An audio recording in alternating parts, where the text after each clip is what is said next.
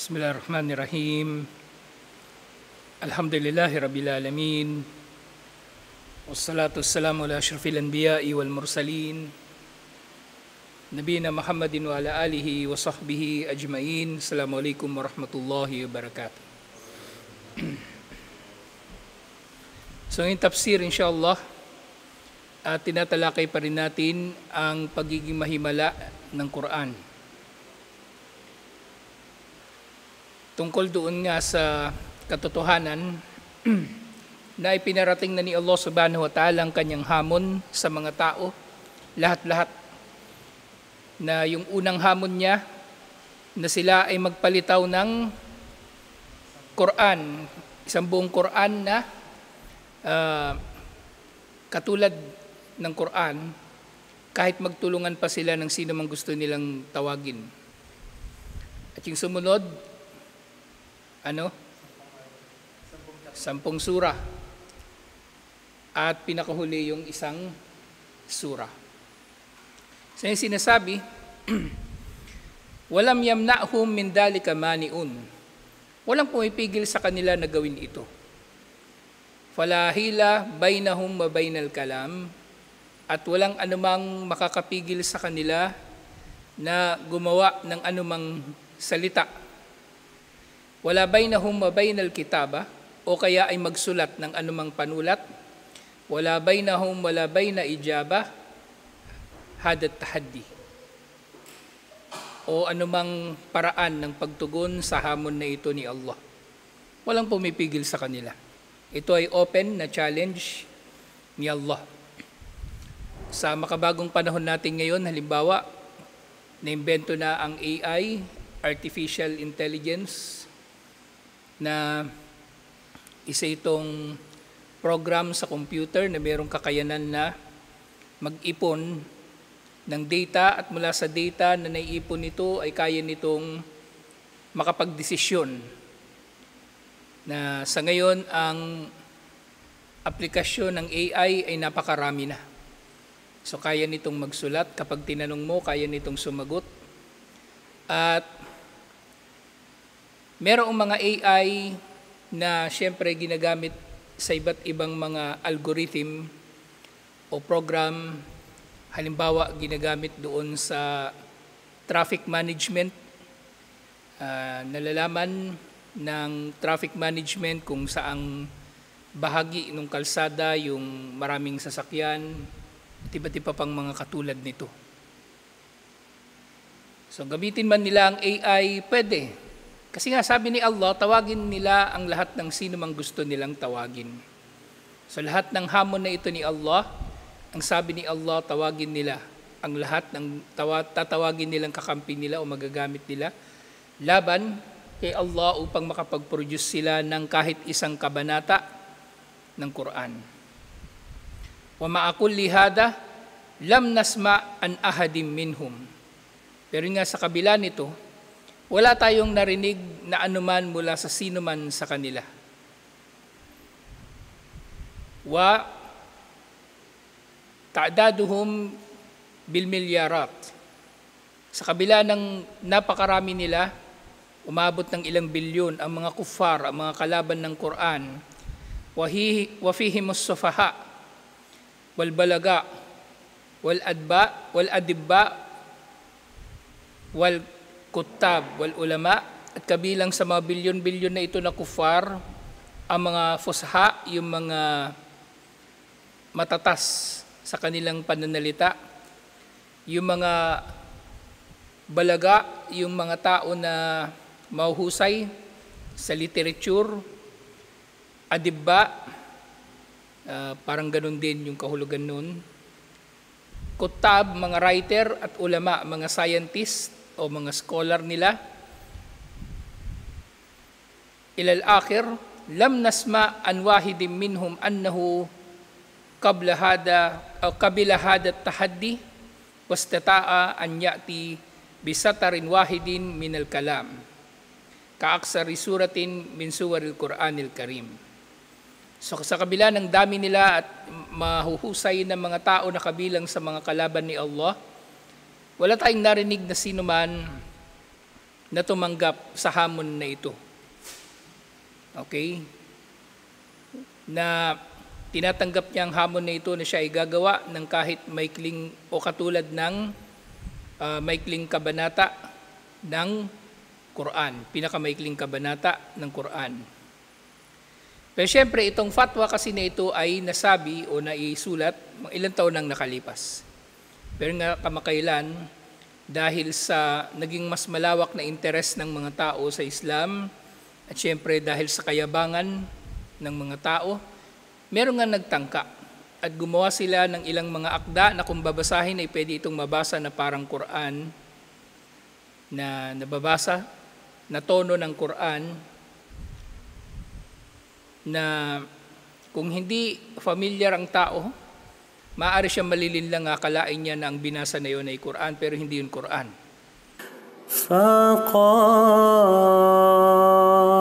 فقاف إنا خلقنا الدجاج خلقا وسلقنا البعيد سلقا وأطلقنا مع الرعد برقا وجعلنا الجو تلقا فمن يكفر بآياتنا شنقناه شنقا ثم خلقناه خلقا. Lalo na kung alam mo ang mga nilalaman ng Quran, kahit hindi mo naman kabisado, alam mo kung paano magsalita si Allah, malalaman mo pa rin na ang binasa na yun ay hindi katulad ng Quran. Tunog Quran, pero hindi siya comparable o equivalent sa Quran. Illa ba'da muhawalat ba'isa li ba'di fusaha al-Arab. So meron nga lang mangilan-ngilan na mga maliliit na pagsubok o sumubok ang ilang mga makata ng mga Arabo na gumawa na katulad ng Quran na ito, pero hindi nila talaga totally matatapatan ang Quran. Kahit matapatan ito nila sa pagiging tunog Quran ng ginawa nila, inakda nila, yung katulad ng sinasabi natin, ang pagiging mahimala ng Quran at ang hamon ni Allah ay hindi lamang sa hamon nito na makagawa ang tao ng akda na kapag binasa ay katulad ng Quran o kasing tunog ng Quran. Hindi lang yun. Ibig sabihin, lahat ng katangian ng Quran ay dapat matatapatan nito. Dapat makabisado ito ng milyong-milyong tao. Dapat ito ay dire-recite sa pagsamba.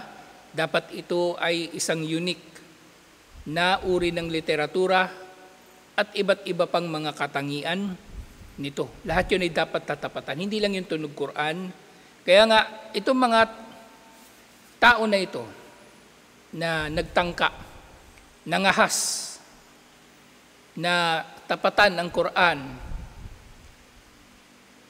adhakat aqwamahum alayhim qabla an yadhaka minha al-muslimun.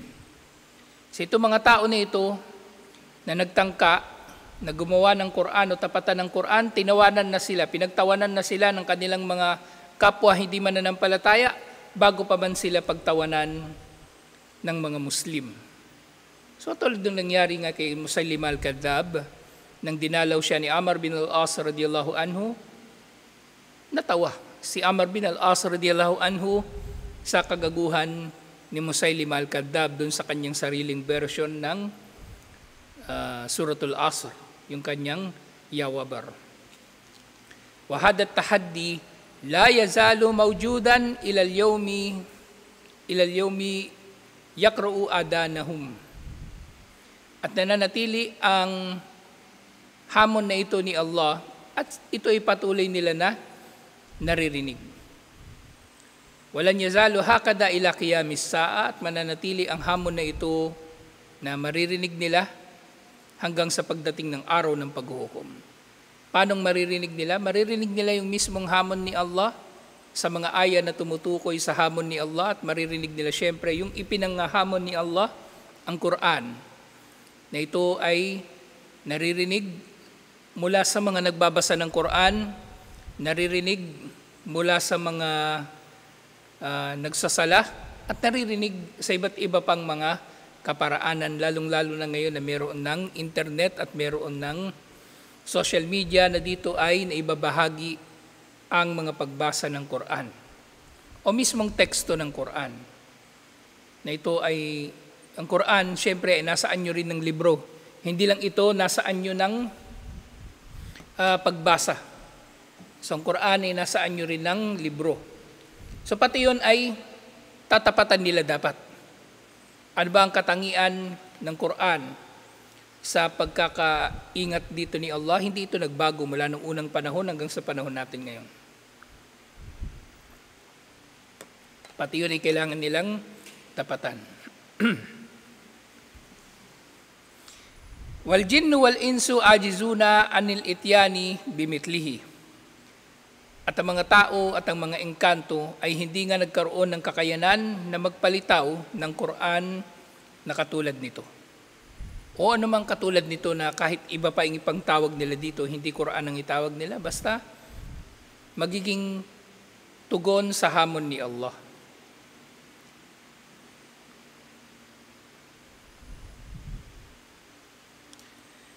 فَكَيْفَ يَسُحُّ بَعْدَ ذَلِكَ أَنْ يُقَالَ. So paanong magiging tama na sasabihin ni naman, innahu minal mumkin li ayyi shakhsin an ya'ti bi thalathati astur masaga bi balagatin yudahi biha al-Quran. So kung yung mga engkanto at mga tao ay hindi nga nila nagawa ito mula nung unang panahon hanggang ngayon, so paanong maaangkin ng sino man na kaya raw ng sino man na mag-produce ng kahit 3 linya ng tula na magiging kasing ganda ng Quran. So hindi nga nila ito nagawa. Kasi katulad na naging halimbawa natin nung nakaraan sa pagtalakay natin, ang mga tao na nagsasabi ng ganito, yung mga tao na hindi nakakaunawa sa hamon ni Allah. Okay? Dahil ang mu'jiza, ang tunay na makaka-appreciate sa mu'jiza, ay yung mga tao na merong kaalaman doon sa larangan na hinahamon ng mu'jiza ng mga propeta, ng mga sugo. Yung halimbawa niyan, sinampol natin, di ba? Wala mo nang kinalaman sa mu'jiza. Yung mga tao na walang alam sa martial arts, halimbawa, kaya nilang angkinin ang kahit ano. Yung walang alam sa martial arts, kaya nilang angkinin ng kahit ano. Sabihin nila, kaya nilang gawin yan, kaya nilang makipagsuntukan kay Manny Pacquiao, halimbawa. Pero yung tao na nakakaunawa sa boxing o yung boksingero, kapag nakita niyang lumaban si Manny Pacquiao, alam niyang hindi niya matatapatan si Manny Pacquiao. Pero yung kanto boy, yung walang alam sa boxing, kaya niyang angkinin ng lahat. Sasabihin niya, kaya niyang labanan si Manny Pacquiao. Baka sa sobrang kapal ng mukha niya, kahit si Mike Tyson, kaya niya ring labanan daw. Kasi hindi niya nauunawaan ng boxing. Pero para sa tunay na nakakaunawa sa boxing, alam niya hindi niya magagawa yan. So ganito yung nangyari nga, exactly doon sa mga tao na nakakaunawa sa himala ng mga propeta. Na-appreciate nila ito. At mula rito sila ay nag-Muslim. Halimbawa nga yung mga salamangkero, nung panahon ni Musa alihis salam, nang sila ay nagkasagupa ni Musa alihis salam, yung mga salamangkero, pinagalaw nila yung kanilang mga lubid at yung kanilang mga tungkod. Pero na-appreciate nila na yung tungkod ni Musa alihis salam ay naging ahas at kinain ng tungkod ni Musa o ni Moises ang kanilang mga lubid. So kahit sa Bible, sa Old Testament, nababanggit ang kwento na ito. Kaya yung mga salamangkero na yon ay ayon sa nababanggit sa Quran, hindi niya tayo nabanggit sa Old Testament kung naniwala ba sila kay Moises. Hindi ko maalala. Pero basta binanggit sa Quran na sila ay nag-Muslim. Sukdulang wala na silang pakialam kung patawan pa sila ni Paraon ng parusang kamatayan. Kasi na-appreciate nila yung himala ni Musa alihis salam. Yung Quraysh, na-appreciate nila ang himala ni Propeta Muhammad sallallahu alaihi wasallam, ang mu'jiza ni Propeta Muhammad sallallahu alaihi wasallam sa Quran, na hindi ito kayang tapatan ni naman sa pagkakaakda nito. Dahil ito ay salita mismo ni Allah. Kaya nga kahit isa sa Quraysh, wala tayong nabalitaan mula sa history books o sa mga hadith na nagtangka ang Quraysh na gumawa ng sarili nilang Quran. Kahit ang pinaka mahuhusay na magsalita sa Quraysh, hindi nila tinangka. Gago lang talaga si Musaylima al-Kadhdhab na nagtangka siya na gumawa ng sarili niyang Quran. Pero nga tinawanan siya, pinagtawanan siya ni Amr bin al-As radiyallahu anhu, kahit hindi pa Muslim si Amr bin al-As radiyallahu anhu nung panahon na yon.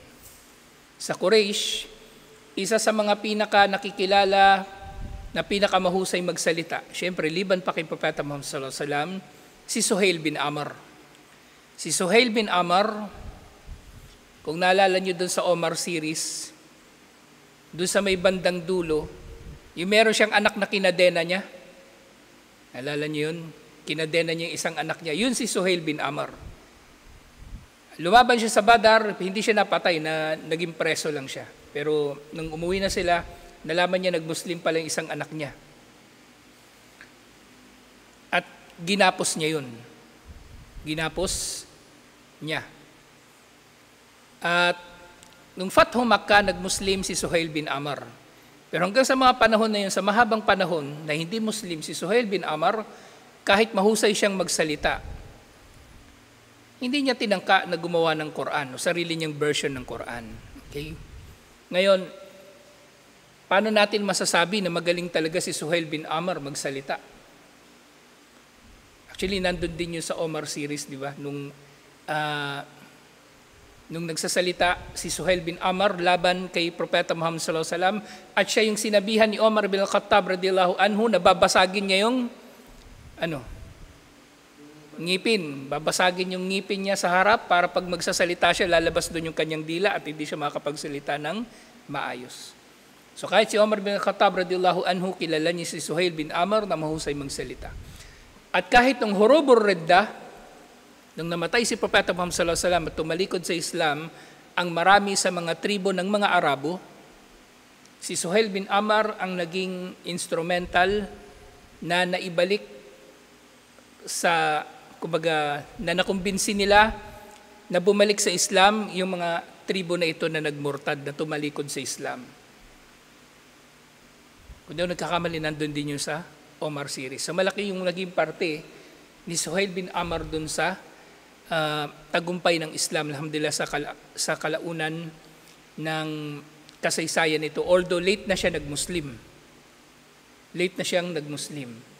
Dahil ngayon punto natin dito, si Suhail bin Amr, isa sa pinakamahusay na magsalita sa Quraysh, hindi siya nagtangka na mag-imbento ng sarili niyang Quran.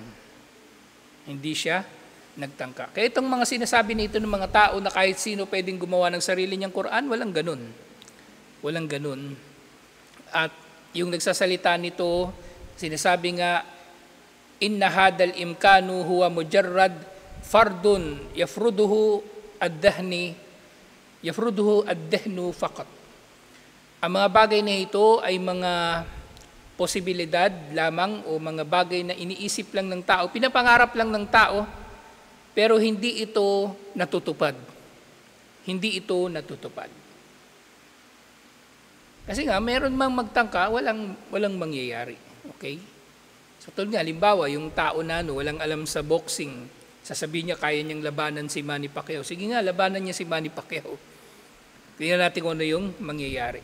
Katulad nung halimbawa, nung nakaraan, hindi ko maalala kailan ba yun, parang last month yata, nagkaroon ng exhibition match sa pagitan ni sining kalaban ni Manny Pacquiao na yung negro, yung mayabang, si Mayweather. May kalaban siyang Japanese, di ba? May exhibition match sila. So yung tao na walang alam sa boxing, isipin, kaya kong labanan niya si Mayweather. Pero nung nagkaharap na sila, nung tao na yon sa exhibition match, pinatigil nung coach nung Hapon yung laban. Kasi umiyak na lang ng umiyak yung Hapon. Hindi niya nakaya yung pang-aasar sa kanya ni Mayweather. Si Mayweather, alam niya walang kwenta yung kalaban, sinasayaw-sayawan niya na lang yung kalaban niya. Napikon yung kalaban, umiyak na lang, hindi na lumaban. So, ang tunay na makaka-appreciate ng himala ng Quran, yung marunong ng Arabic at nagsasalita ng Arabic kumbaga. Pero siyempre, ang Quran, ang pagiging mahimala nito, ma-appreciate din kahit ng hindi marunong mag-Arabic. Kasi nga, maraming katangian ang Quran na mahimala. Dahil nga, kasama sa mga dapat tapatan dito sa Quran, yun nga, na dapat nakakabisado ito ng milyong-milyong tao. So, di ba, halimbawa tayo, hindi naman tayo fluent sa Arabic, halimbawa, di ba? Na-appreciate natin na maraming Muslim ang nakakakabisado ng Quran. So kahit hindi fluent sa Arabic, alam nila na ito ay isang bagay na mahimala.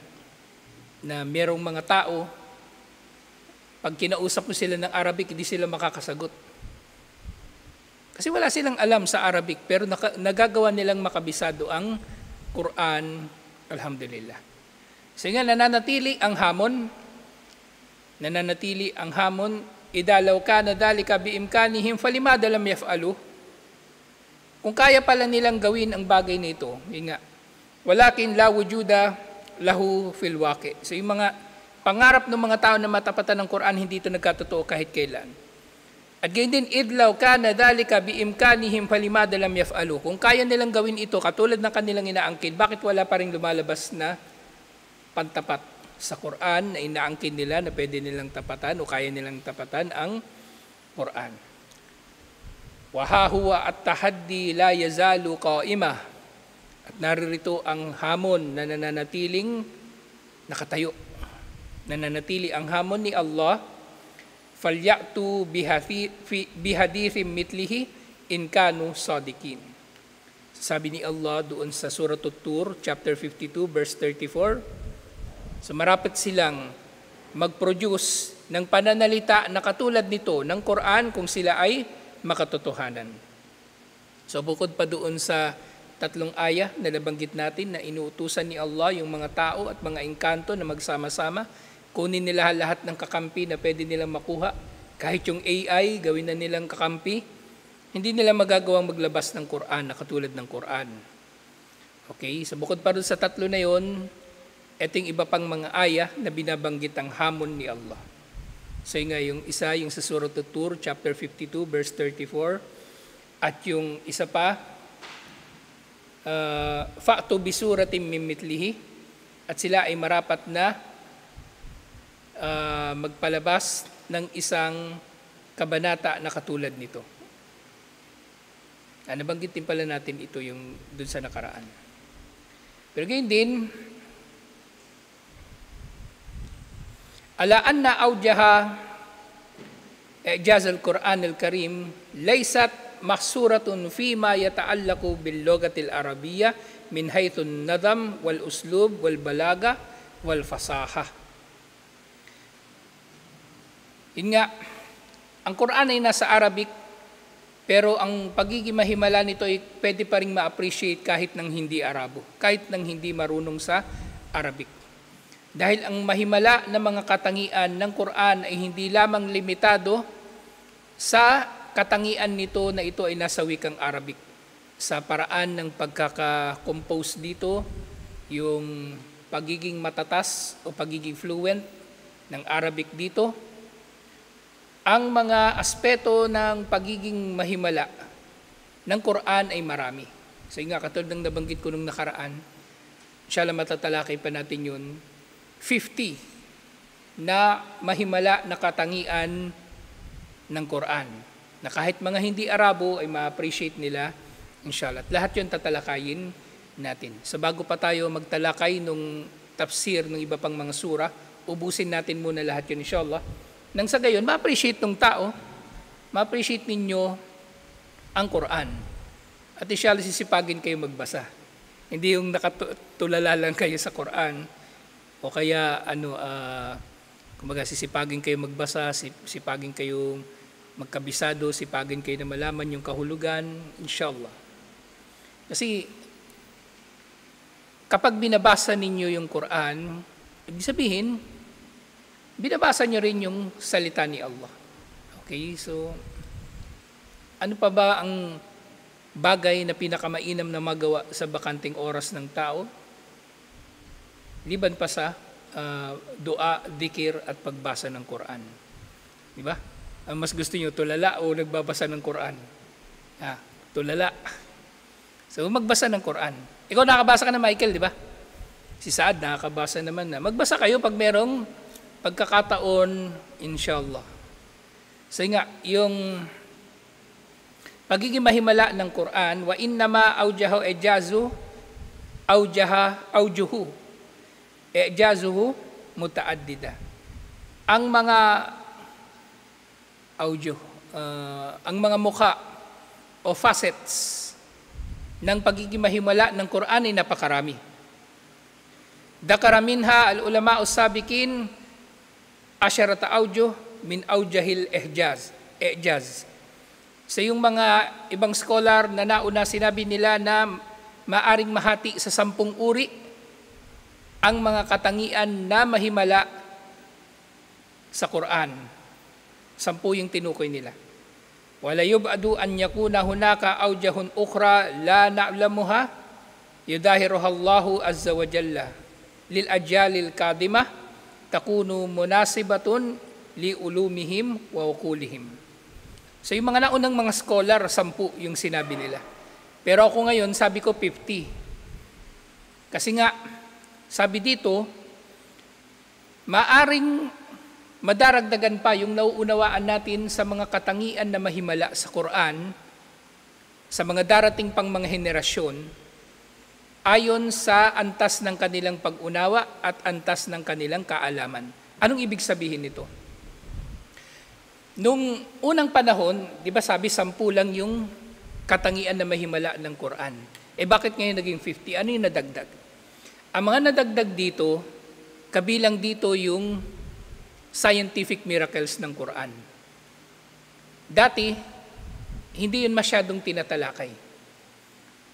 Kaya nga, si Propeta Muhammad sallallahu alaihi wasallam sa mga hadith, minsan maririnig ninyo, sami'tu minas sadiqil masduq. Narinig ko mula sa sadiqul masduq.